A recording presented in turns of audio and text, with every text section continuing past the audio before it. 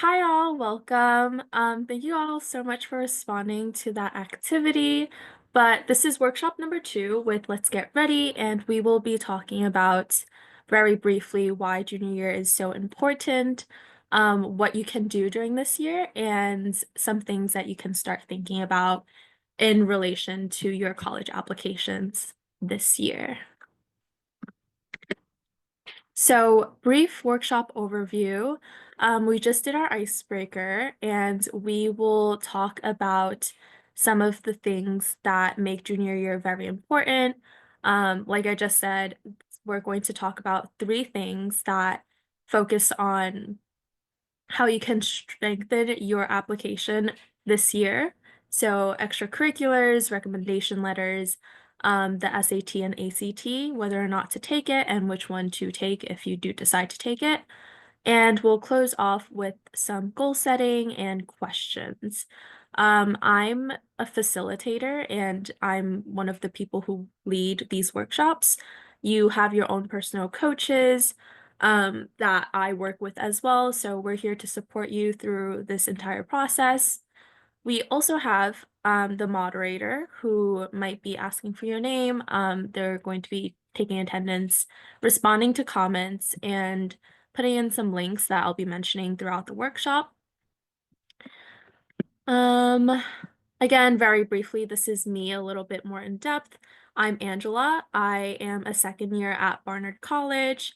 I am studying biochemistry with a women's gender and sexuality studies minor. I am on the pre-dental track, which pretty much aligns with all of the other pre-health tracks, so pre-med, pre-vet. Along those lines, I basically just take the same class with those. So feel free to reach out to me if you have questions with that. I am from Staten Island, New York. I'm first generation low income, so I applied to a lot of scholarships when I was in high school. Thus I am very grateful to be a Dell scholar, and I also receive funds from the National Science Foundation. So feel free to reach out to me about scholarships as well. I have applied to so many, so I probably can help you one way or another with those. And finally, I was also a Let's Get Ready student and mentee when I was in junior year. So I was in your shoes, texting my coaches, attending workshops. So this is a great resource. Feel free to, text your coaches. Those are very helpful to do. Oh, also, I'm going to put in my email into the chat, so in case any of you guys want to reach out. And so that is my email. We have a $10 raffle today. And in order to qualify, you just need to turn your cameras on, and we have a $10 gift card to give out at the end of the workshop for that. We also have a grand prize raffle that is at the end of the year. You get 1 point towards it by just attending a workshop. So we have 3 winners for those, with the largest prize being $100. So do attend these workshops whenever you can. Okay, so now we'll move on and jump into the workshop. We're going to be discussing what college admission teams are looking for, along with, you know, why junior year is in general so important for you guys to focus on and really lock in for in regards to college admissions. And before we start, I am going to mention that there are so many different types of student profiles that are valued at different colleges. There are so many different colleges, and you will have at least one that will value you and your profile. So think about that, keep that in mind. Um, so generally, people say that junior year is a very important year in the context of college admissions. And I am going to ask you all to raise your Zoom hand if you find this statement surprising or if you have never heard of this before.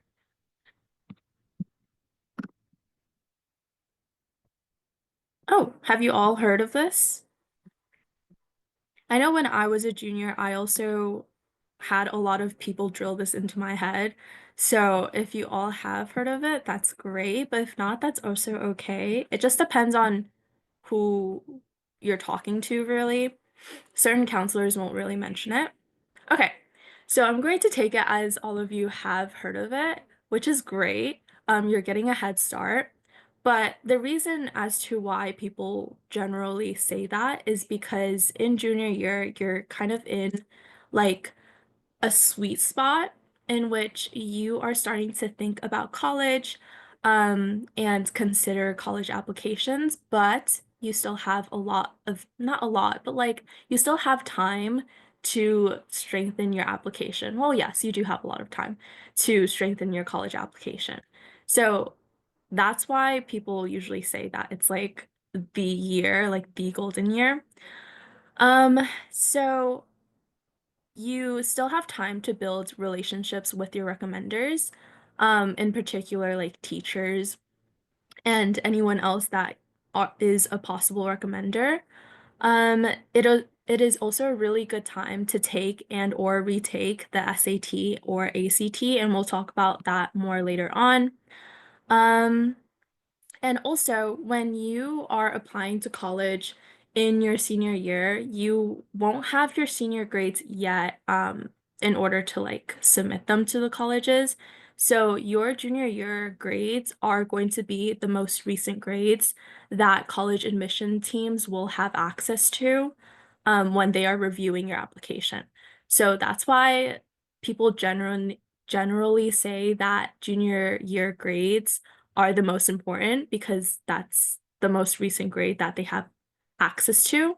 So it is really important to kind of like drill it in and do the best that you can this year. Also, if you didn't do too hot during your freshman or sophomore year, that's also okay as long as you do like try your best this year because that would at least show an upward trajectory in your academic performance. But if you have done great in your freshman and sophomore year, that is also like really important that you keep it up during your junior year. To obviously, you don't want to like start doing tremendously worse during your junior year. So definitely keep your grades up. And it is also kind of the last chance for you to add extracurriculars because once you start adding them during your senior year, it looks like you're just doing it for the college applications, and that doesn't really rub off too well for the admissions teams. So we'll talk about that more later on, but these are the reasons why like this year is so important. Um, okay. Could I please have a volunteer read this slide and quote for me? Anyone will do. I can do it. Yes, thank you. Junior year is a great time to reflect on what you want for yourself in a college experience and to decide what aspects of who you are and your story you want to share with admission teams. Thank you. Thank you so much for reading that, Adriana. So yes, now this is my time to give on a ramble about how special each and every one of you guys are. So there are two main choices that you are going to have to make this year. So one is what kind of college environment you want for yourself. So in our last workshop, we talked a lot about school fit, right? So that is something that you want to reflect on and like take the time to think of what kind of environment you want to be in, what you want to get out of college, and such and such. The second thing is you have to start thinking about what kind of story you want to tell admission officers in your college application. So you want to think of a story and an anecdote to incorporate and show and like highlight the best character, your best character, and your best aspects. So I know that's very vague and easier said than done, and you might be thinking like, how do I do that? And how do I even know what college admission officers are looking for? We will get into that in the next slide. So, what do college admission teams care most about? Um, this is obviously a question that we want to think about because we want to get you into college and we want you all to do great and slay. Um, obviously, grades and test scores, very important, um, because you are a student, but I feel like as time goes on, more and more college admission officers are going to start like valuing these traits more. So leadership, responsibility, awards, recognitions, involvement, and character are just a few listed here. But we will talk about them each and every one of these more later on. But leadership, an example of that could be like starting a club, being president of a club. Responsibility could be things like looking after a younger sibling, babysitting, or tutoring. Awards and recognitions, kind of self-explanatory. A lot of my friends had like awards in relation to their sports, and maybe even academics. Um, involvement. So, like just joining clubs in general could get you cookie points, like things like that. Showing that you're involved in your school community is always great. And character could be things like volunteering, which shows that you have like empathy and, like you show kindness towards others. So these are just some ways that you can make your application stand out, and get cookie points basically in your application. But we'll talk about some of the ways that you can like show these values later on in the slide more in depth. So a few helpful reminders before we move on, because this is probably going to be like, I know if I was in junior year and I was listening to all of this, I would freak out a little because it is a lot at once. So a few helpful reminders. You don't have to have everything that these college admissions officers or something like everything you think that they want from you, because that's going to be like endless. It's almost impossible to do. So instead of thinking of your college application as like a long CVS receipt of like to-do lists and like checkpoints to check off, think of it as like trying to make certain points stand out. So we're going to discuss this later on more, but you're going to want to look at your strengths and make them stronger through the values that we just mentioned. So maybe you could like become president of a club. You could start a new project, things like that, and not just like do things just to do them. Um, you will also have time. Okay. So another thing, you have a lot of time before you like start applying to college, which is why we're hosting this workshop, for you to like kind of take a moment and realize that like, okay, these are some things that I need to like put in the back of my head. So don't panic too much. You still have some time to like strengthen your application. Um, and also a college someone else considers as good might not be the same for you. So in reference to our last workshop, a good fit for someone might not be a good fit for you. And that is definitely something that you want to keep in the back of your head. A college isn't just always a name, and you want to consider like what you can get out of it for yourself. Also, to wrap things up, an education at the end of the day is always going to be a privilege and knowledge is always going to be power. So keep those things in mind and, let that ground you throughout this entire process. Okay, so 3 things to leverage now. If you can focus on these things this year, it will help strengthen your profile and decrease your stress next year when you do apply to college. Okay. So some of oh my gosh, the three things that you want to leverage now are extracurriculars, recommendation letters, and the SAT and ACT. The SAT is starred here because the requirements for this are constantly evolving.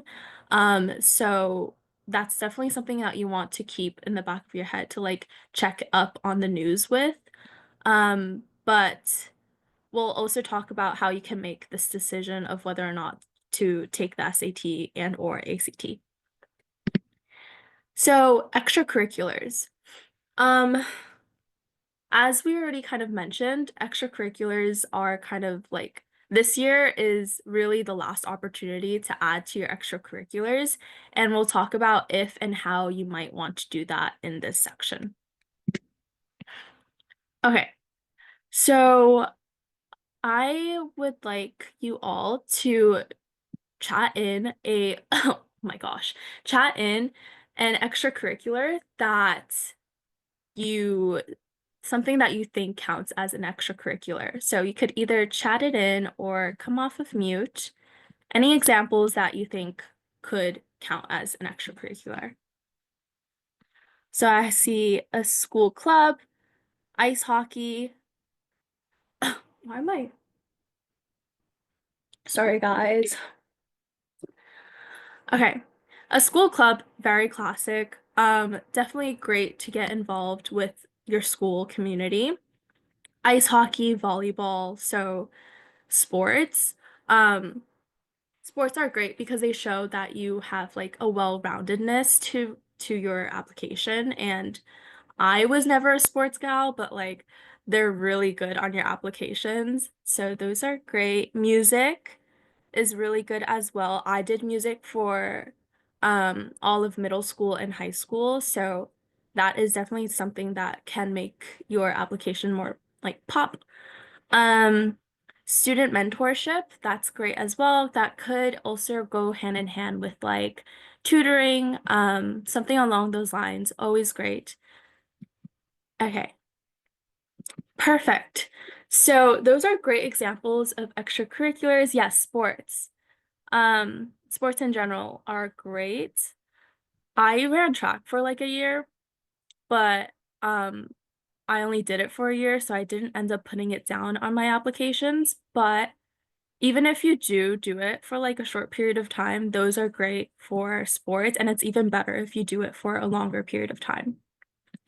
Okay, so those were great examples of extracurriculars. We have some listed here. So, like you all mentioned, school clubs and sports are great. Oh, am I? Okay. Clubs and sports, non-school affiliated activities, community service and activism, work and family responsibilities, which is often forgotten about. If you dedicate a lot of your time to work, and family responsibilities, like taking care of a younger sibling, a lot of people look forget, a lot of students forget about that. If you dedicate a lot of your time with doing that, definitely put that down. It counts as an extracurricular. So, along with personal projects and self-guided study. So, really, a lot of things can count as an extracurricular as long as you are committing a lot of your time outside of school with doing it. Um, some bonus points are for leadership positions, like we mentioned before, long-term commitments, and taking initiative. So these just help to make your application stand out more and like pop a little bit more. When I was, this is a story that I almost forgot about. When I was applying to Columbia, during my interview, I mentioned that I was the founder of a club, and my interviewer was like, I had so many students mention your club during our interviews, and it just made my application like pop more. So they definitely do notice, and it's such a good like conversation starter because people love it when students start things and like have initiatives for things, even if it's like a personal project.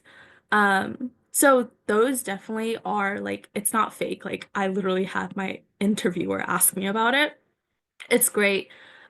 So try to get those in if possible, and it just helps strengthen your application that much more. Okay, so you all should have been sent a brag sheet over text, I think by your coaches. And the goal of the brag sheet was to help you start to think about experiences and strengths that you'll bring to whatever college you attend. Um, yes, so Adeline sent that into the chat in case you didn't get that. So they just help, brag sheets help you kind of like think about what you have done and put it all in one place. It also helps you consider like your current involvements, network of support, and potential recommenders. So, very helpful resource. And completing the brag sheet can also help you realize that you've done more than you may have realized that you have done. Did that make sense? You have done more than you might have realized, and or it might highlight pieces of you that haven't already been like noticed, and maybe some parts that you want to dive deeper into or expand on. And this might be a little intimidating, but it's helpful to have it all in one place and to have it like kind of in front of you for you to analyze and like reflect on. Also, sometimes when you are asking for recommendation letters from teachers, they might ask you for these brag sheets just so that they could have more to talk about in their recommendation letter. So definitely good to have on hand and to start working on. Okay.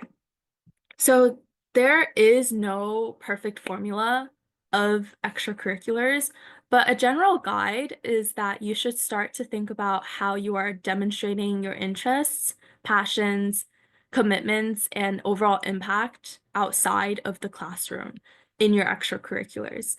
And this is kind of scary. Like it could be really intimidating to think about and like go about, but take a step back and realize that like enough is not an actual number. So in this like little GIF, it's like, but how do I know if I'm doing enough extracurriculars? Enough isn't an actual number or like quantity, but rather you should think about it as like a reflection of how you are already showing up in the world. So definitely when it comes to extracurriculars, I would say quality over quantity all the time. And you are definitely already doing things that you might not even be like noticing that you are doing, but that's what the brag sheet is for. And just like take a step back and like chill, you know, like it's okay if you feel like you don't have that many extracurriculars. Honestly, a lot of students, even when they're submitting their applications, feel like it's never enough. But instead of thinking of it as quantity, think of it as like what kind of quality am I bringing to this college? So things like leadership and whatever we just discussed before. Um, okay, so if you already have a bunch of extracurriculars, first of all, great. Um, start to think about how you could deepen, I don't know if that's the right word, but like add more depth to certain parts of your extracurriculars list. So as we said, like the previous kind of metaphor with the CVS receipt, if you feel like you just have this long receipt of extracurriculars, you might want to start like nitpicking some of them and like picking out the ones that you care a lot about to deepen with either a leadership role. You could join like the e-board of the club. You could create a separate project for this certain like passion that you have. Um, things like that. And also kind of side note, but when I was applying to college, a lot of my extracurriculars were kind of like all over the place. I remember I applied as a biology major, but I had things like law, debate, coding, and what was the other thing? I had dance on my extracurriculars list.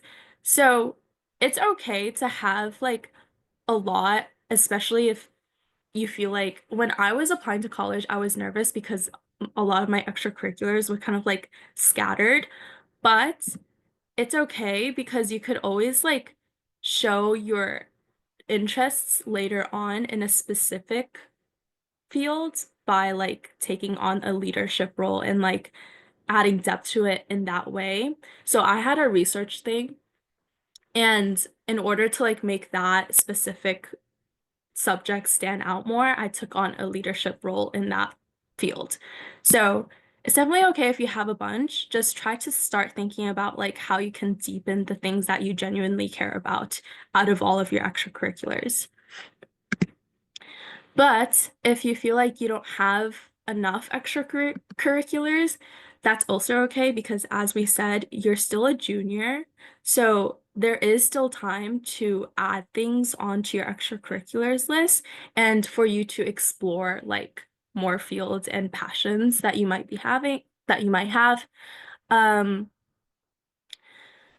there is a list that the moderator could add into the chat that has like some ideas that you could start thinking about and like possible extracurriculars for you to add onto your list. Yes, thank you, Adeline. So you could also look through those to like help you get ideas, but also keep in mind that there are so many different possibilities for extracurriculars. It's never just like a straightforward thing. You could get creative with it, and honestly, if you do, it's even better because it helps you stand out. But um, if you feel like you don't have enough right now, especially like realistically speaking, if you only have like one or two and you want to add more things, go through that list and also fill out that brag sheet because maybe that'll help you like think of things that you have been already doing because a lot of the times you don't realize that you have been doing a lot already. So do those. Okay, we will now jump into, let me check the chat. Okay, you will now jump into an activity where you will either identify an extracurricular where you can go deeper into, or option two, brainstorm extracurriculars that you might want to add onto your extracurriculars list. So you would want to consider these, and you'll have about 4 minutes to reflect on that. Adeline, time check if that is okay if we take 4 minutes for that. And this is a personal exercise, so you don't have to share it with us.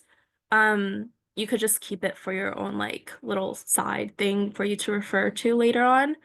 But we're going to have, I think we're good on time. We will have 4 minutes. Okay, perfect.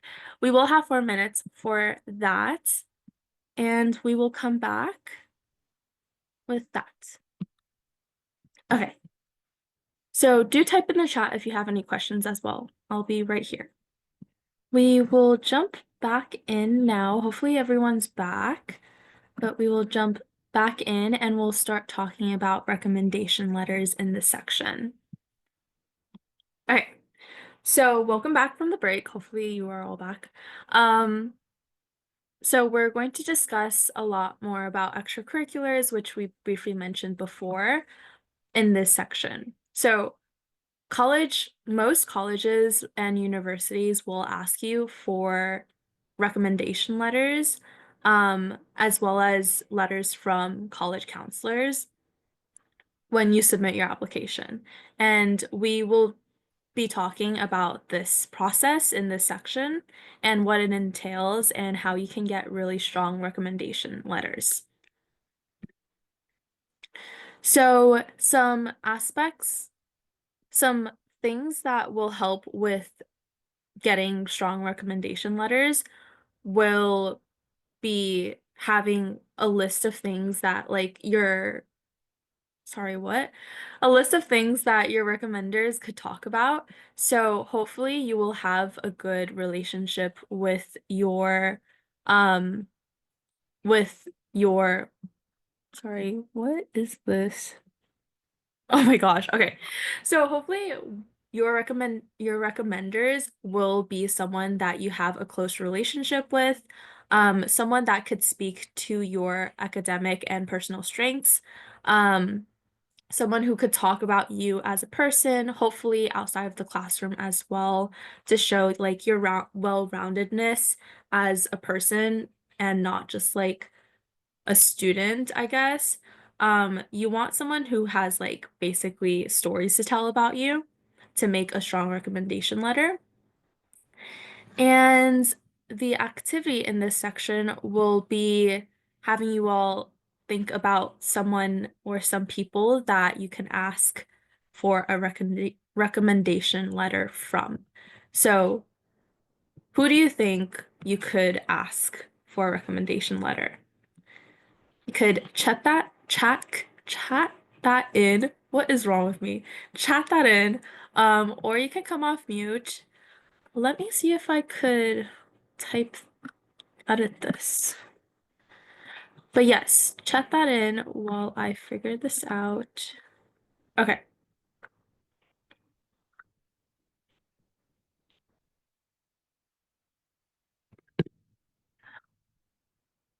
Okay. So I am seeing Adriana said you can ask a teacher. That is a great classic one. Boss, coaches, teachers. So teacher is mentioned again. Coaches are a great one. Coaches and bosses, which are boss as in like employers, those are secondary. Um, uh, those are secondary recommenders. So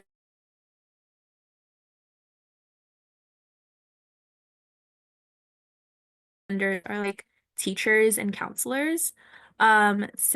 Secondary. Ooh, my connection is acting up.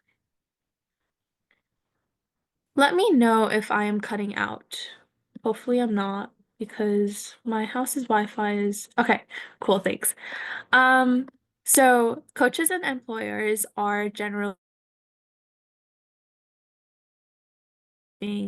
the oh my gosh, what is going on? So some of you guys said counselors, guidance counselors, those are definitely some recommenders that you could ask out for. Oh my gosh.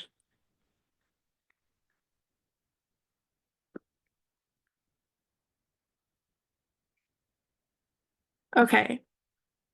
Some people are saying I'm cutting out a little bit. Am I still, how is that? If anything, I will have to switch over to another device. Okay. Do let me know if you guys can't hear me. I'm sorry about that. Okay. Thank you guys. All right. So before we get farther behind on time, present view. Okay, so those are great answers. Thank you all so much for responding. And thank you for letting me know that my Wi-Fi is acting up. It's very unpredictable at home. Um, so yes, um, teachers, guidance counselors, coaches, and employers are great people for you to reach out for. And those are actually the ones I have on my list here. So thank you guys so much. You're right on the dot. So as I mentioned, hopefully, I don't know if I cut out when I mentioned this, but teachers and guidance counselors are a what they call like a primary recommender, and coaches and employers being secondary recommenders and letters, just because they're not as like academic per se. So if um primary recommenders are generally teachers and coaches and teachers and counselors because they can speak a lot more about your academic performance, while coaches and employers are generally more like outside of the classroom, which is also great, especially if you have a good connection with those people. But generally speaking, you should have at least one primary recommender, being a teacher or guidance counselors, just so that they could talk about like your academic performance as well. So thank you all so much for participating in that. Now, our next activity is going to be on Padlet. So you could either scan this QR code. Okay. You could either scan this QR code or our wonderful moderator has put in the link for that as well into the chat, so you could access it through that as well. In order to add into it, you can click on the plus button on the side, and you could put in your response here. It will be anonymous. You don't have to put your name. And you could also, it's okay if you repeat what someone else says. Um, and I don't know how to show it now, but you could also heart and react to another student's response as well. Oh, I should probably read the question out loud. So, what connections, both in and outside of the classroom, might make a teacher excited to write a recommendation letter for a student? So, we'll be answering that. Okay, great. Keep putting in those answers. I'm just going to start talking about a few of these I'm seeing. So, someone mentioned long relationships having to do with time. That is something that is going to be on the slide as well as one of the answers. So, having time as like knowing a teacher for a very long time is going to look great. Um, Time and length, like how long you do an activity and how long you know, for example, a teacher for a recommendation letter is going to be like a common theme and strength that you might want to add on to your um, college applications, which is why we generally say that you want to start doing things this year during junior year so you can show length in things like extracurriculars and teacher relationships. So definitely a great answer. We want to, that's a great thing if you have like known a teacher for a very long. So generally what to look for in a recommender. Um, you can have teachers of different subjects that to ask for with recommendation letters. Generally speaking, if you have already like a subject of interest, for example, if you're interested in the STEMs, you might want to ask a teacher who is in the STEM, field. They could be teaching a subject that you are applying to college with. That is also a way to go about it. But don't worry if you have a relationship with another teacher in another field that you feel like is stronger than, your relationship with a particular teacher in the field that you're interested in, I would say to go for asking the teacher that you have a better relationship with. So, for example, what you guys mentioned with if another teacher has been a mentor for you in a club or another, extracurricular thing, and they're not a teacher of the subject that you are, you know, interested in maybe studying, I would still say that it's okay to ask them for a recommendation letter. Also, generally speaking, you want to ask a teacher that you have had recently. So typically grades 10th and up, with teachers in your junior year being the best, just because they are the teachers that you've had most recent. And it's also really good if you have a teacher that you have known since, let's say, sophomore or freshman year, and you have kept up with them till this year, being your junior year. I had a teacher like that, and I asked them for a recommendation letter. So those are like really good because they can talk about your growth as a student throughout time. And you just want to ask yourself in general if your recommender knows enough stories and like have enough things to talk about you in their recommendation letter. So those are some questions that you might want to think through. And in general, your teachers know what to do. So don't worry too much about that because they've probably been doing this a long time. But you do want to ask as early as you can, just so the both of you have the time to go about writing this recommendation letter. If we could move to the next slide, Sarah. Thank you. Okay, so the roles of your school counselor will be a bit more different than the role of your typical teacher counselor, your teacher recommender. So your teacher recommendation letter will be more personal to you, and they might talk about more like personal stories that you guys have in general. Sorry, what am I? But the school counselor will generally talk more about your school rather than your relationship to the school counselor. So your school counselor, they could be called different things. Mine was called the guidance counselor, or your school might call them the college counselor. But in general, their role is to send colleges more information and stats of your high school to colleges, less and not really like talk about your relationship with the counselor themselves. I mean, my guidance counselor had to write recommendation letters for 800 kids because my grade had 800 students. So obviously, it's going to be more difficult for them to like talk about relationships with each and every one of you. But they are there to share information to colleges. And also, they will send colleges your transcript and other documents. So that is their general role in your college application. And the next slide will be about the SAT and ACT. Um, yeah, we can move on to the next slide. Thank you.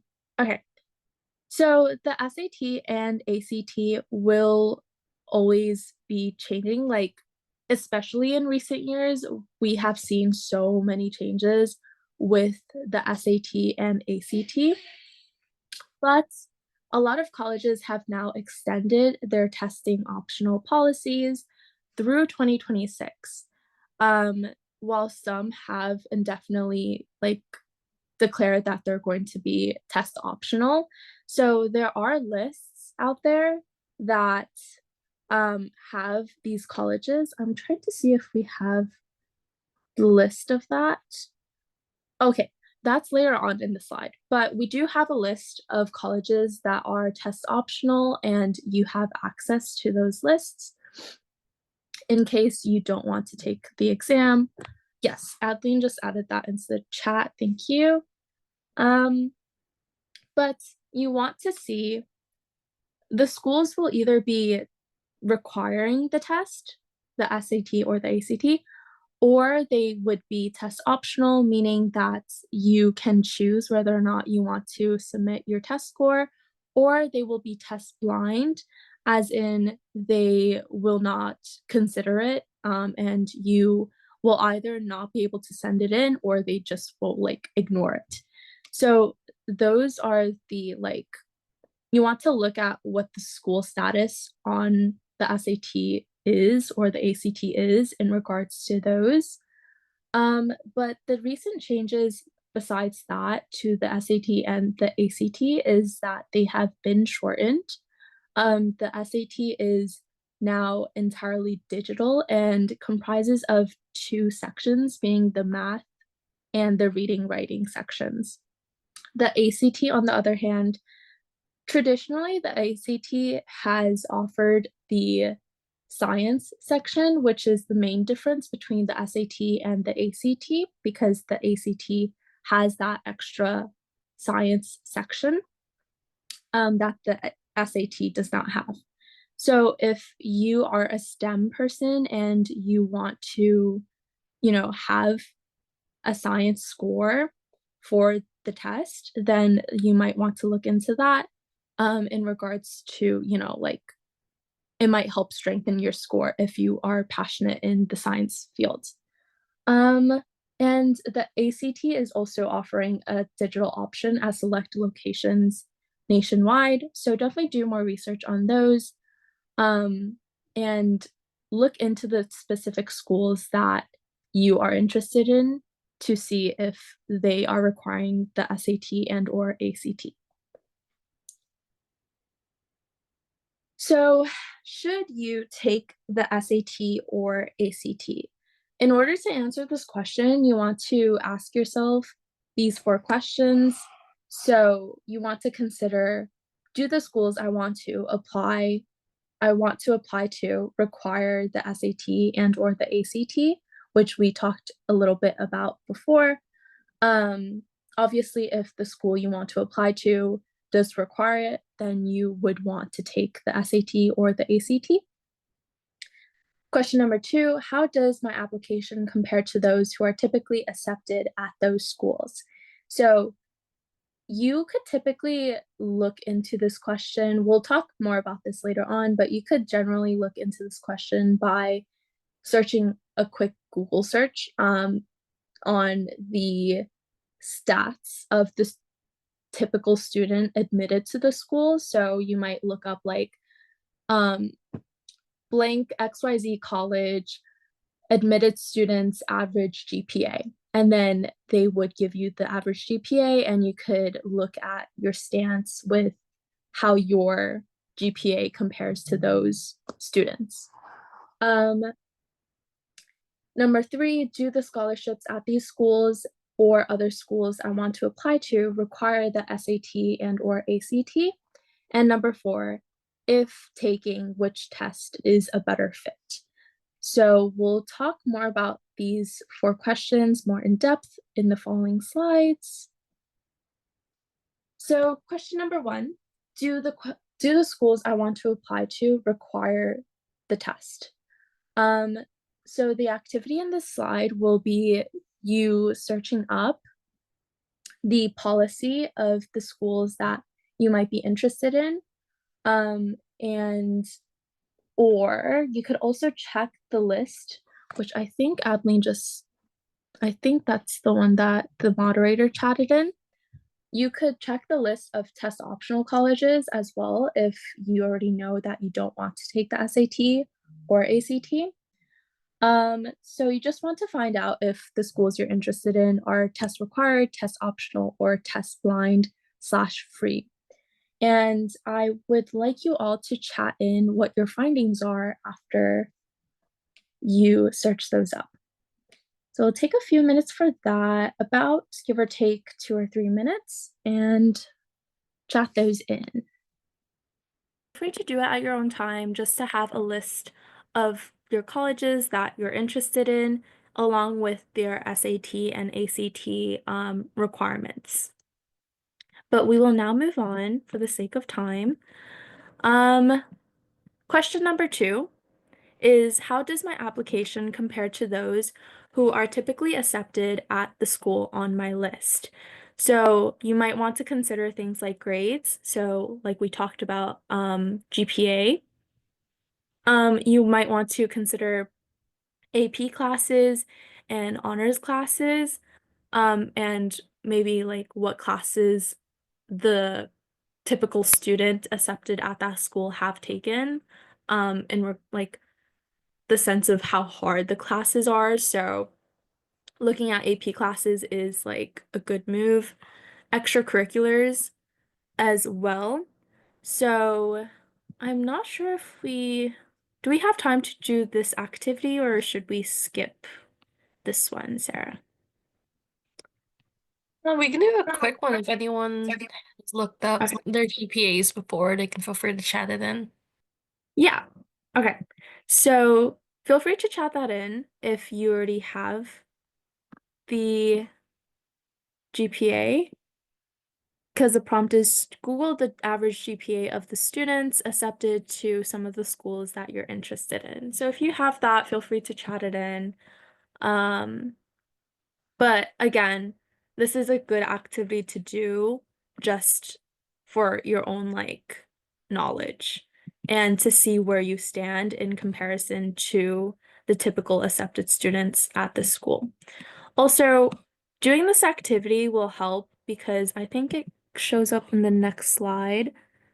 Um, Doing this activity is helpful because if your stats are higher than the typical accepted students' stats, that might be a good sign that you don't necessarily have to submit the SAT or the ACT score, um, just because your stats are like better than the typical accepted students.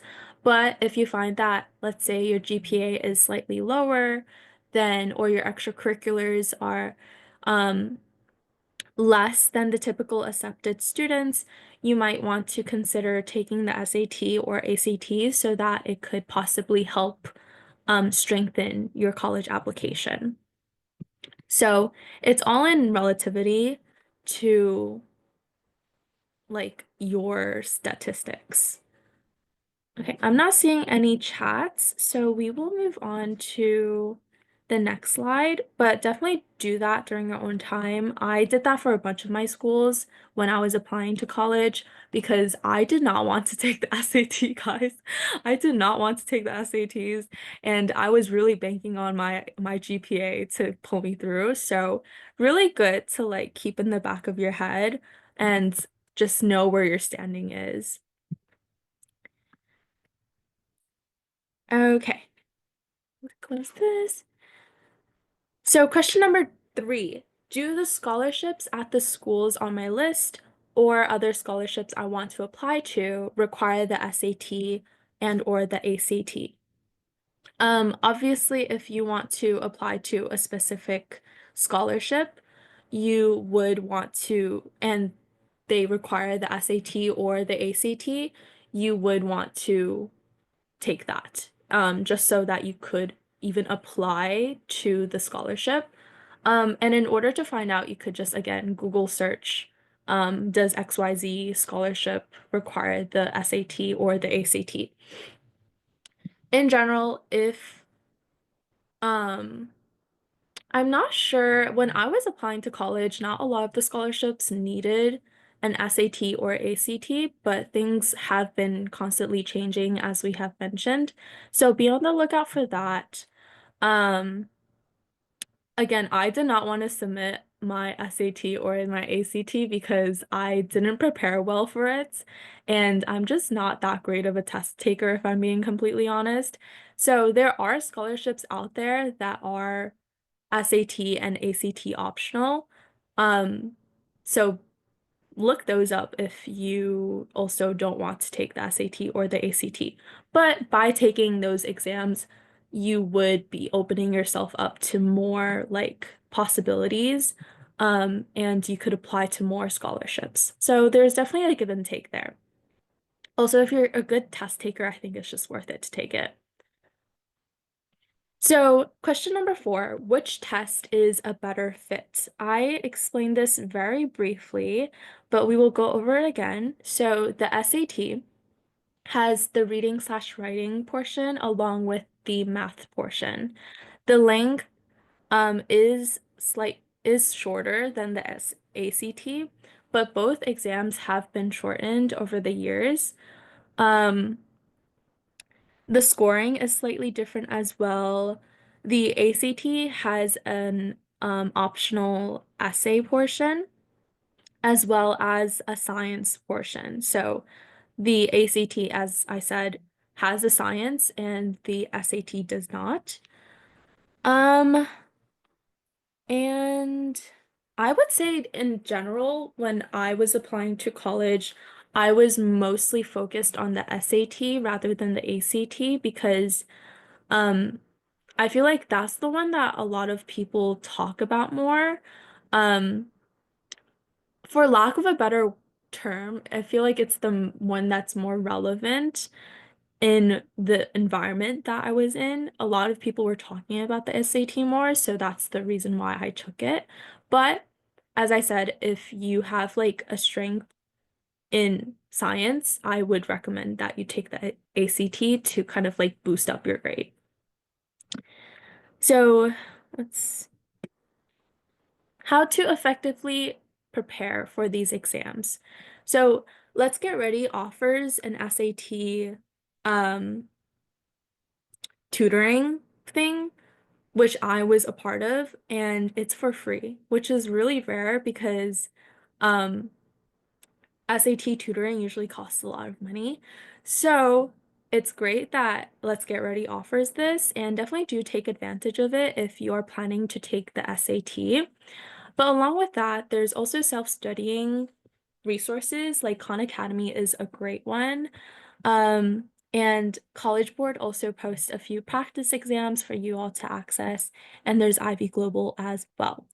So there are definitely many preparation resources online, and free for you as long as you take a look and try to find them.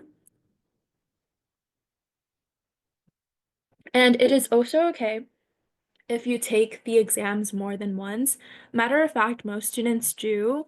There is such a thing called a super score where they take your best grades of different exams from the different sections and they put it together as one as like your best score basically. So taking it more than once is very helpful in that sense because then you get a super score that is likely in your favor. So look into that. And there are also fee waivers that are out there for you to take these exams for free. Um, if you didn't get one from your guidance counselor, like an SAT fee waiver or an ACT fee waiver, you can also contact your Let's Get Ready coach. And they will be able to connect you with that as well. So with the fee waiver, you will get two uses. So you can take two SAT exams basically for free. Um, Key takeaways. So you want to consider if test taking is a strength of yours when considering whether or not you want to take the SAT, of course. So definitely know like your strengths and your weaknesses. And also keep in mind that you don't have to submit scores. So the way that test optional works is even if you have taken the SAT or the ACT, if a school is test optional, you can choose whether or not to submit it. So it's not that just because you've taken the SAT or the ACT, you have to submit it. As long as a school is test optional, you get to choose whether or not you want to submit it. So I took the SAT, but because the schools I applied to were test optional and I didn't really like my grade and I felt like it didn't strengthen my college application, I chose not to submit it. So you don't have to submit your scores if the school is test optional or test blind. Um, but also keep in mind that if you don't submit your SAT or ACT score, things like your GPA, your extracurriculars, your personal statement and recommendation letters, those other parts of your application are going to count more simply because your SAT and ACT score is oh my gosh, no longer going to be a part of like the equation of what college admission teams are looking at when they look at your application. So keep that in mind, and give extra time and attention to those areas, especially if you're not taking the SAT or the ACT. So, should you take the SAT or ACT? Again, consider those questions that we discussed previously. Could I actually have a volunteer read through the sentences of the slide?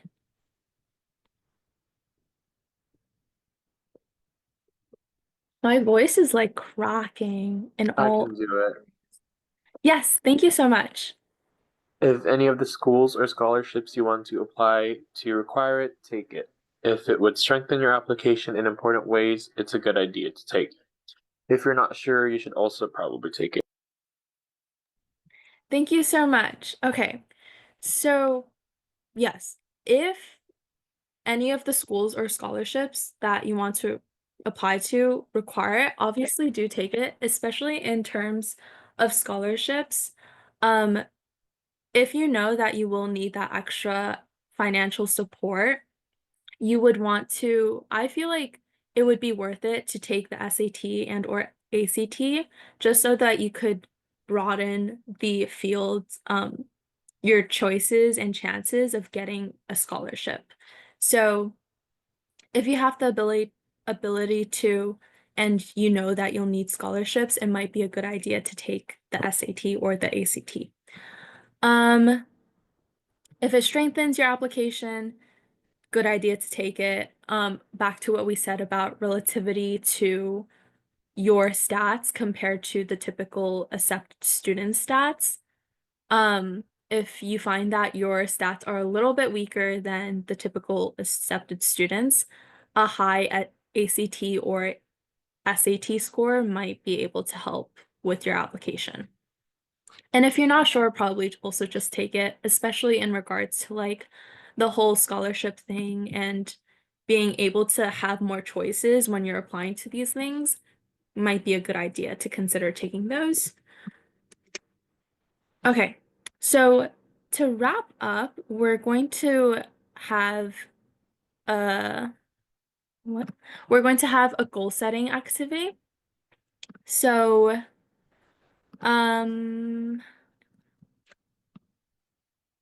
all right. So we are going to discuss how to set and achieve strong goals, especially because this year is probably going to be filled with them for you all, in regards to your college applications. So in order to make goals, you should consider aims. A being the goal has to be attainable. I being incremental. So, um, mapping out the timeline of your goals and having step-by-step things for you to achieve in order for you to achieve the goal. M being meaningful, so something that you actually care about so that you could actually stick to achieving the goal. And S, a goal that is specific, so you know when you have actually achieved the goal. And A, attainable just means that it's actually like it's realistic basically. So I it would probably not be a good idea for me to say like by next week I'm going to have applied to all the schools that I have on my list. Not attainable. So keep aims in mind as you are creating your goals. Goal setting. Okay, this is the activity in this section for you all to work on. So the question is, what is something you want to do to strengthen your profile or applications this week, this month, and this year? So you're going to write down one attainable, incremental, meaningful, and specific goal for each of the time periods above. So an example of this might be if I wanted to work on like my SAT and ACT. Maybe this week I'll work on whether or not I want to take the SAT or ACT, work through like my list of colleges and scholarships for that. And maybe by the end of this month, I'll have decided if I want to take the SAT or the ACT. And by this year, I might have, I might want to actually take either the SAT or the ACT. So you will now work on this workshop, oh my gosh, work on this activity for a few minutes. And you don't have to share your goals with us, but your coaches might be following up with you for like maybe a one-on-one next week to hear what you came up with and to help you clarify on what you want to get done. But other than that, just kind of keep it to your side. for yourself. And we'll have, I think, 2 minutes for this activity, and then we will wrap up with this workshop. Also, feel free to chat in any questions if you all have them. In closing, today we talked about some things, sorry about the Wi-Fi, albeit the Wi-Fi and technical difficulties. We have talked about some things that you should do in the coming weeks and months to begin getting ready for college applications. And taking these steps that we've discussed will help you strengthen your profile and likely result in you making a better impression on colleges, and impress the college admission teams. So it will also help decrease your stress next year when you are actually filling out applications, which is a stressful period for a lot of students. So continue working on the activities that we started today, and feel free to reach out to me with any questions as well. Also, be sure to continue connecting with your Let's Get Ready coaches about the goals that you've set and anything else related to these topics that would be helpful to talk about. And your feedback is also very much appreciated. We update these workshops based on what you all share with us each year. So scan this and fill out a feedback form, and that would help us. Thank you. Oh, and the moderator will type the link to that in the chat as well. And we have around 2 minutes, but I will take any questions that you guys might be having. We did talk about a lot today, so no questions are dumb. I will also stay up behind a few minutes for you all to ask any last-minute questions, but feel free to do that now. And if not, you are free to go.